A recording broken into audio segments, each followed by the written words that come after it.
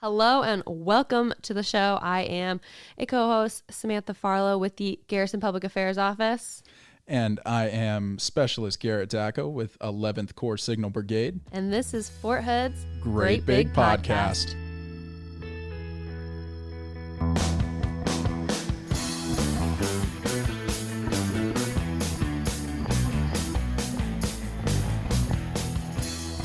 Thanks for joining us, everybody. Today with us, we have Rhonda Shabazz, the Victim Advocate Program Manager. Thank you for being here with us. Thank you for having me. Absolutely. So we brought you in here today to discuss the Domestic Violence Awareness Month. So we understand that this is a very big month for y'all, and if you could just tell us a little bit more about what y'all are doing during this month. Okay. So first of all, we share this month, of course, with breast cancer awareness as well. And so sometimes it makes it a little bit harder. For some reason, I see the pink ribbons all over the place, but there are hardly ever any purple ribbons for Domestic Violence Awareness Month. So I definitely want to thank you guys for kind of bringing light to domestic violence, because it is definitely as big of as breast cancer awareness is, Right. And it plagues our community like any other thing that we are bringing awareness to. So this month for us is a big month because we want to make sure that we alert everybody to all the programs that we have to offer, to allow them to know that the installation is equipped with pretty much everything that they need. And what we don't have on the installation, we have with other programs off the installation. We have a memorandum of agreement with our Families in Crisis, which is our go-to shelter whenever we are having a victim who needs shelter immediately. So would you kind of walk us through a little bit of what you guys exactly offer, what services you do have here on the installation? Okay. So we definitely have a variety of different programs, and for different people in different areas of their life. So we try, our main concern, of course, is always prevention and education. Right. That's what our program is about. But I definitely want to let you know that we have two programs on the installation called Family Advocacy Program. And a lot of times those two kind of get confused about what we do. So we have our prevention and education side, which is where I fall under. And then we have our FAP, Family Advocacy Program, behavioral health side. Okay. So those are the two different programs. Our building is at the Shoemaker Center. We're on the second floor. And so we fall under the Army Community Service Program. And then, of course, the Family Advocacy Program on the medical side, of course, is at the hospital. Right. And so oftentimes we do get folks who come and they're looking for the medical side. And then, of course, they get folks who are looking for the prevention and education side.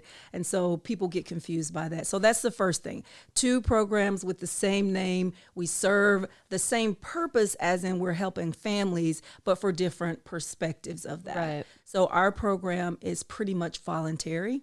Okay. If you want the access to the programs that we have, it's perfectly fine, unlike the medical side. So once someone has an incident of domestic violence or child abuse, then it is a mandatory program that they have to go through with the family advocacy side, on the medical side. Whereas our program, which is where our victim advocates are housed, is voluntary. And we just ask if you would like services.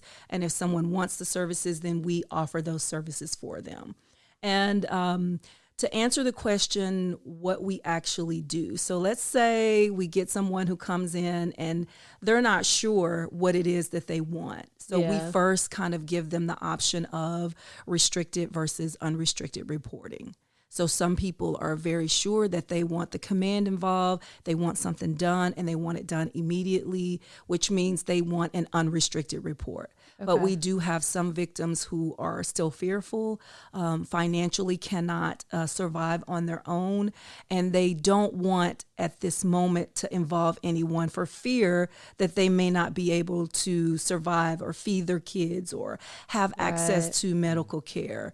And so then in those instances, we can offer a restricted report, provided, the normal, if you are not threatening to kill someone or yourself, Right. then we can keep that in confidence with our program, and we don't have to involve law enforcement or a command or anyone else for that matter. But of course, if law enforcement is already involved, then a restricted report just can't happen at that point. Okay.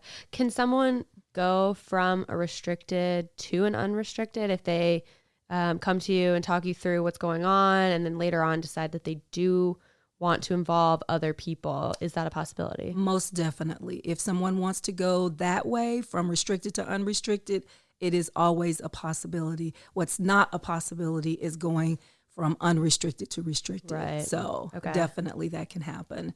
And so once we kind of give them that option, that's where we figure out what we can do for them. Because if it's a restricted report, then there's, a very small number of things that can be done at the Right. moment, but they can get access to health care, which is what they need, and we can get them to a safe spot. Okay. If that's what if that's the desire for them. And so that's the main thing for them for the restricted report. We have some food vouchers and things like that we can still access even under the restricted umbrella. And if someone is going unrestricted, then of course we can assist them with being the liaison between ourselves and command. We can kind of walk them through the process of getting a civilian protective order, a military protective order for them if that's what they need. Again, if they need food vouchers, if they need somewhere to go with their children or just themselves because they can't stay at their home, then we get them situated at with our partner, which is Families in Crisis, so that they can have somewhere, that they're safe. Yeah. Right. Our biggest thing when we deal with any of our clients is safety. So that's our first order of business, is to make sure that they're safe. And then the other things just kind of comes along with that. So whether it's transitional compensation for them, if their service member is being chaptered out of the military, they're able to receive some transitional compensation for up to anywhere from 12 months to 36 months, which wow. includes medical care as well, because, Okay. that's one of those things where most people are not concerned monetary wise. Right. But if you have children who have special needs Yeah. and you want to stay with the same doctors and things of that nature, then we can, kind of assist them with that process, as well as the state victims crime compensation as well. So those are options. We have Families for Furniture. So if they are relocating to another apartment themselves and need assistance with getting, beds for themselves and their children, we have that availability for them as well.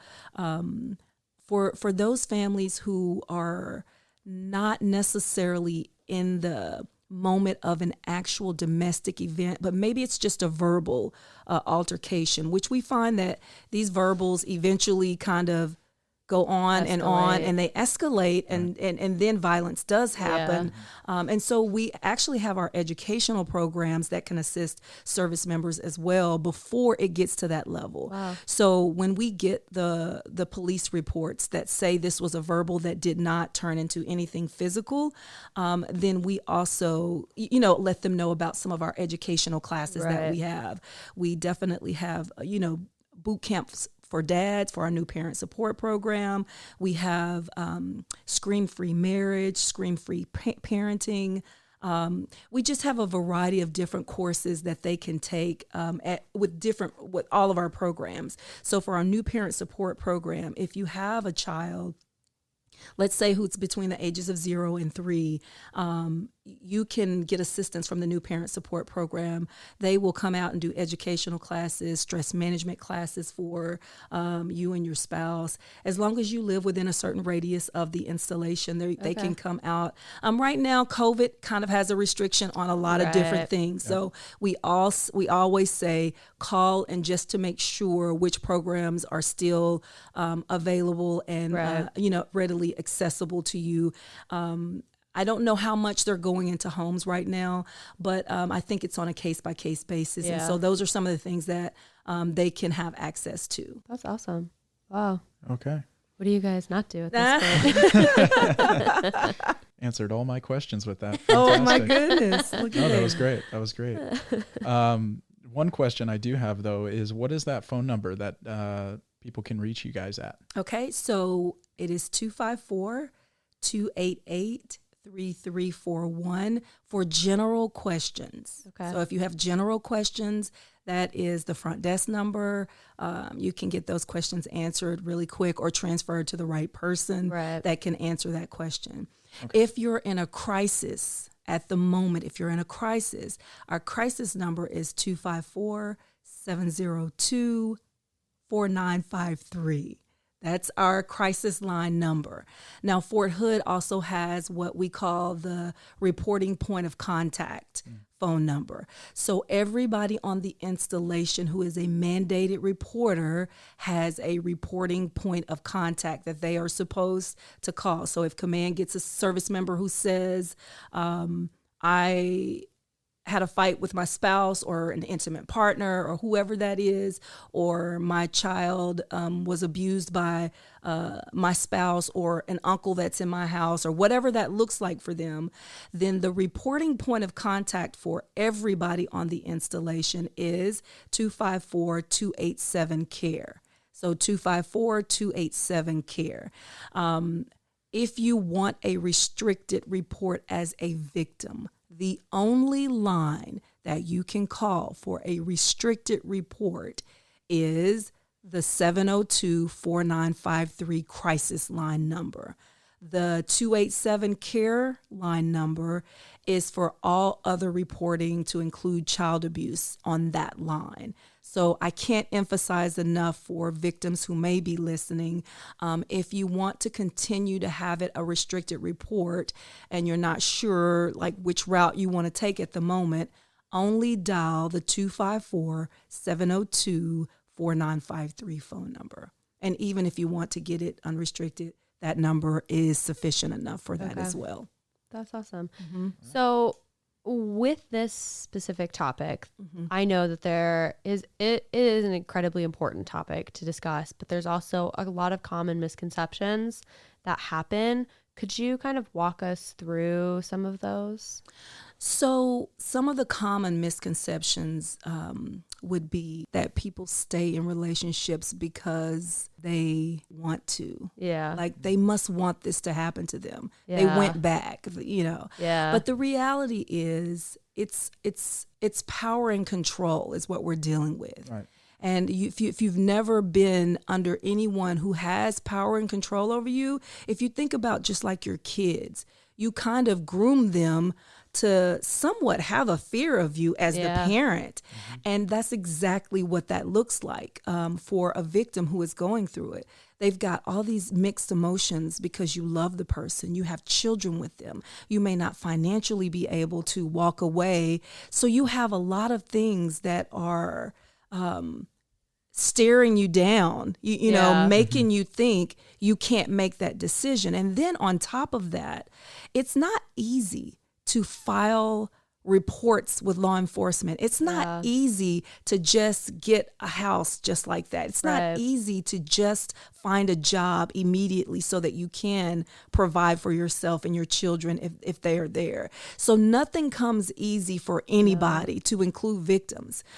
It would probably be much better if at any time a victim said, I am in a domestic abusive relationship and I would like to move. If we could say at that moment, we have a house available for you and we set you up with payments for this amount of time, ready to go, I can almost guarantee you that we wouldn't have the numbers that we have.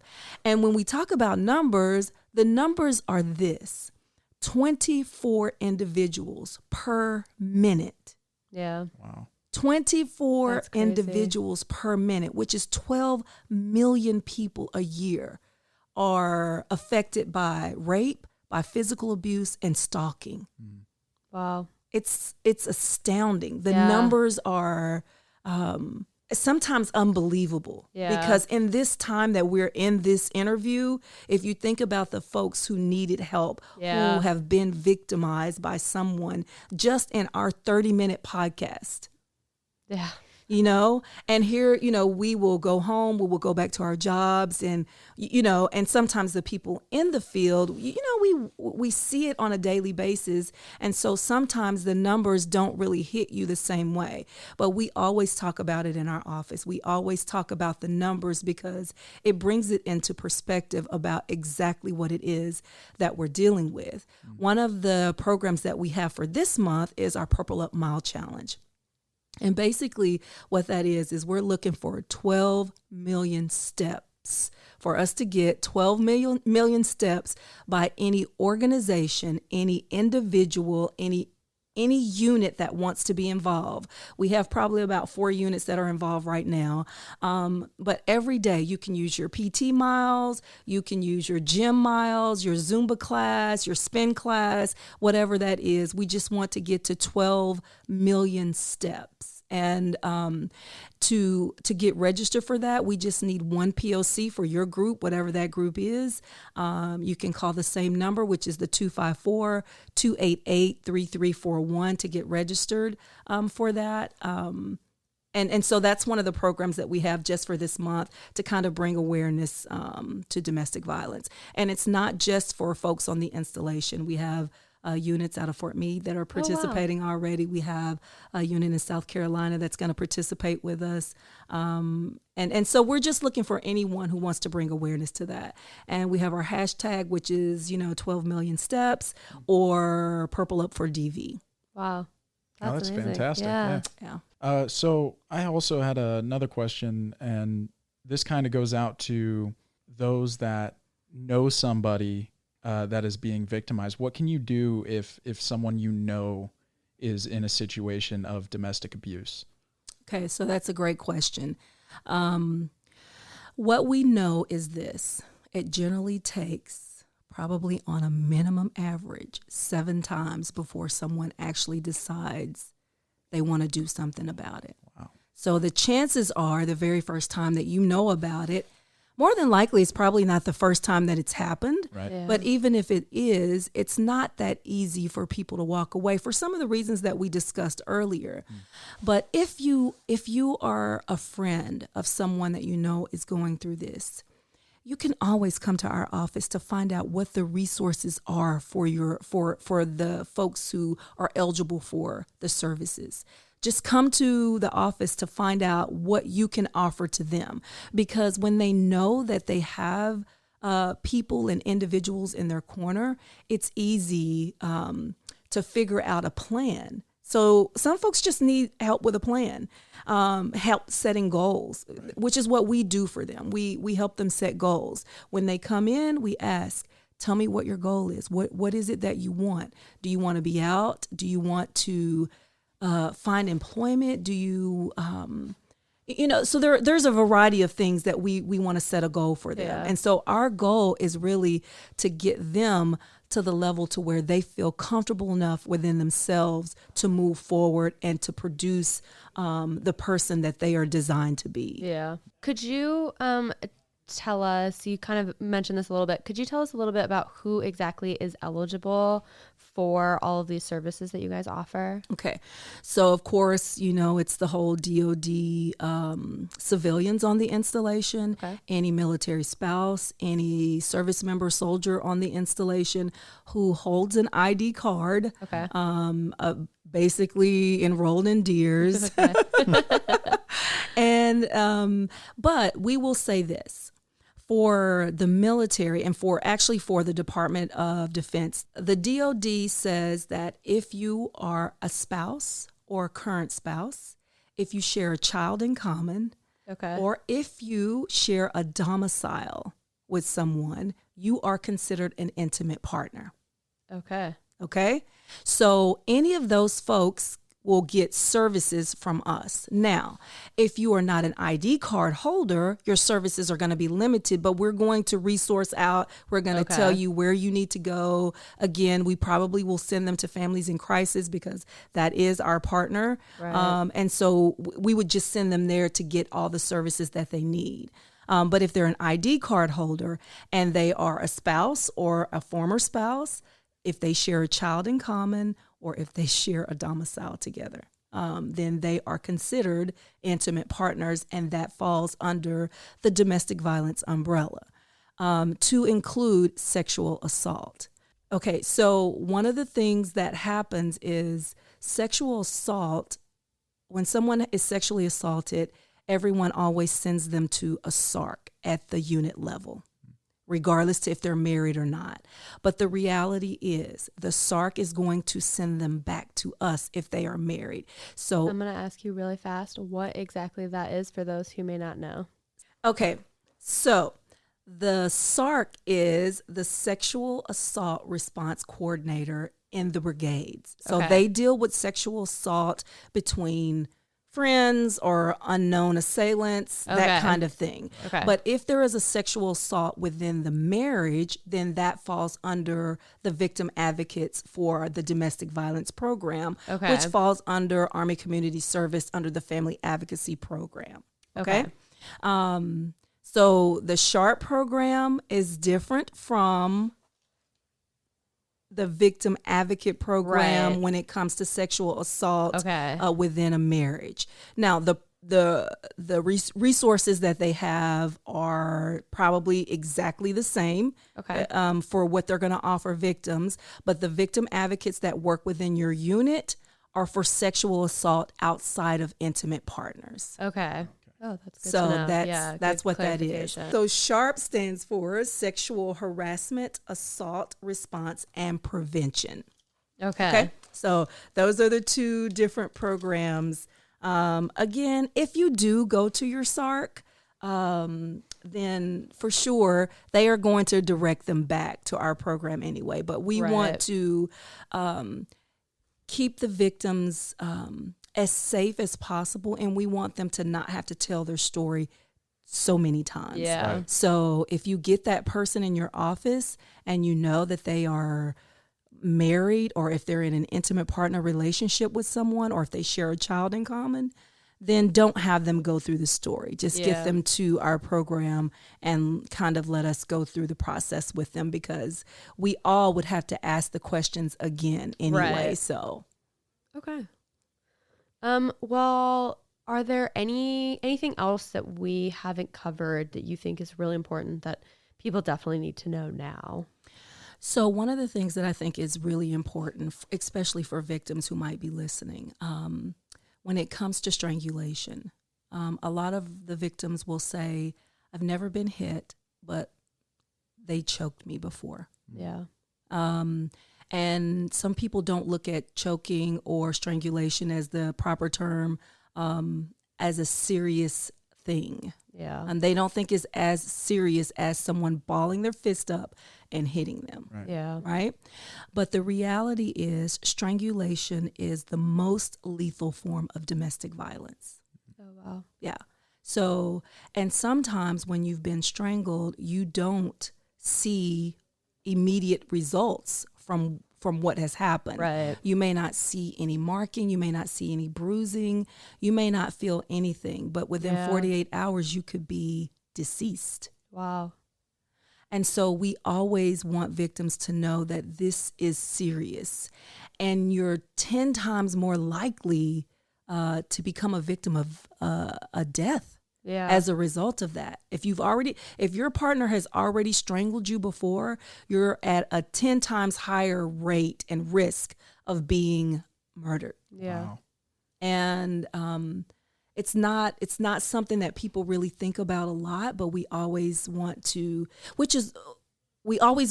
encourage them, no matter how severe you think it is or not severe, you should seek out assistance, even if it's just under the restricted report, and let a Yeah. victim advocate kind of walk you through what your options are at that moment. We have great victim advocates in our office, and they work diligently on a daily basis to keep our victims safe and, just to help them rebuild their lives again. I think if I had to say the one important thing, the other important thing for us is command participation. We need for our commands also to take this as serious as it is in our community. So if you see it, say something. you are a mandatory reporter. Even if you don't have the information up and all the details about what happened, call our office, come by our office, know where we are, so that when your incident happens, you're not running around wasting time trying to figure out who the right people are to contact. That's often what we see. It's like, if you only knew that we were right there in building 36,000 at the Shoemaker Center on the second floor, if you had sought us out before then we could have already had a portion of your day taken care of, because you would have known exactly where to send people at what time that you need to send them, and all of that information would have been there. All commanders are mandated to get a annual briefing from our educators within 45 days of taking command. If you are listening and you have not had that desk side briefing, call the office so that you can get yours scheduled and you can get all the information so that you understand what Policy 10 is, which is our installations policy on the Family Advocacy Program, and what you need to do when you do get a domestic violence incident in your unit. As far as what the cool down period is, how long does the service member have to stay out of the residence? What does it mean to have a civilian protective order versus a military protective order? So those are some things that everybody needs to be aware of in the command, so that they are able to assist the victim better. A lot of times they'll know kind of what to do for the service member to a certain extent, but not everything. And so if we leave a service member in the home, if they are the perpetrator, then it's a pretty dangerous situation. And the cool down period is for both parties. It's not a punishment for one or the other. The service member is just the person who is asked to leave, because we can financially put them in the barracks for free. Right. And we can't do that for the victims necessarily. Yeah. And sometimes you have children involved. And there's so much involved in that it's safer and it's easier for both of them to kind of get that cool down period. And it's not a punishment for the service member, regardless to if they are a victim or a perpetrator in that instance. Well, that was a fantastic learning experience for me. I didn't know all the programs and everything that was available. So I hope our listeners definitely got something out of it, because I did. Yeah, I did as well. I'm glad. Again, there's so much that goes into domestic violence that not even a 30-minute podcast can really Right. There's so much more I want to ask. Yes. Yeah. We'll have to have another episode. Yes, so maybe we'll have another episode Yes. just on specific things that we see, Yeah. maybe on the installation and how to handle that. I do want to kind of end my portion with our 7 Principles of Making a Marriage Work workshop that we are going to have as well. So that's going to be October 21st. It is going to be first come, first serve for any couple out there who is wanting to strengthen their marriage. We are not asking for anyone who is currently in treatment for domestic violence, child abuse kind of thing. This is a psychoeducational course for those couples who may just be struggling in the everyday kind of walk of life, and we don't want them to progress to anything that could end their marriage. And so the 7 Principles of Making a Marriage Work is going to be available October 21st. If they want to sign up, again, the same number, 254-288-3341 is the number that they can contact for that event as well. Awesome. Well, thank you so much for being on the show with us today. We really appreciate it. No problem. Thank you for having me. Absolutely.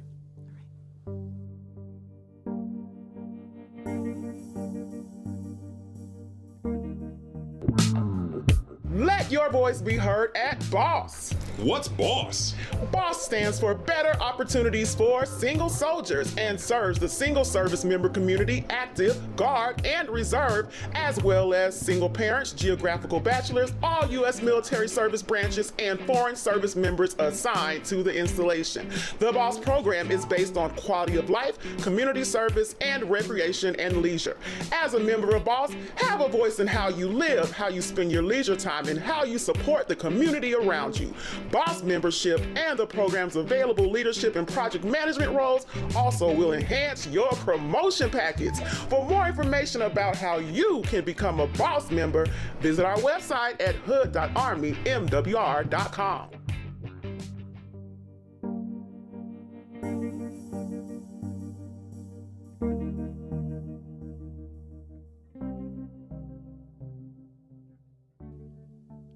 Well, that was kind of amazing. I know. I'm blown away.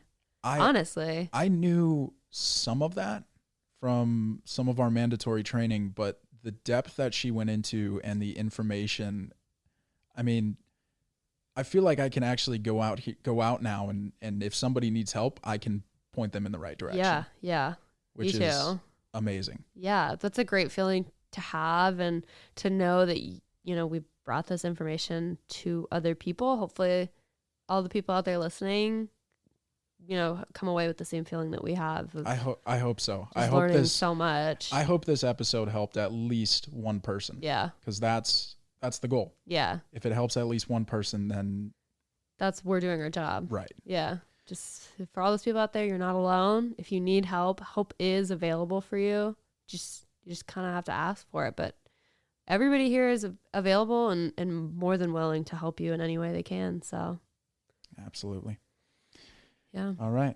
And with that, we hope you all have a great week. Yeah. And take care. Weekend. Thanks so much for listening, everyone.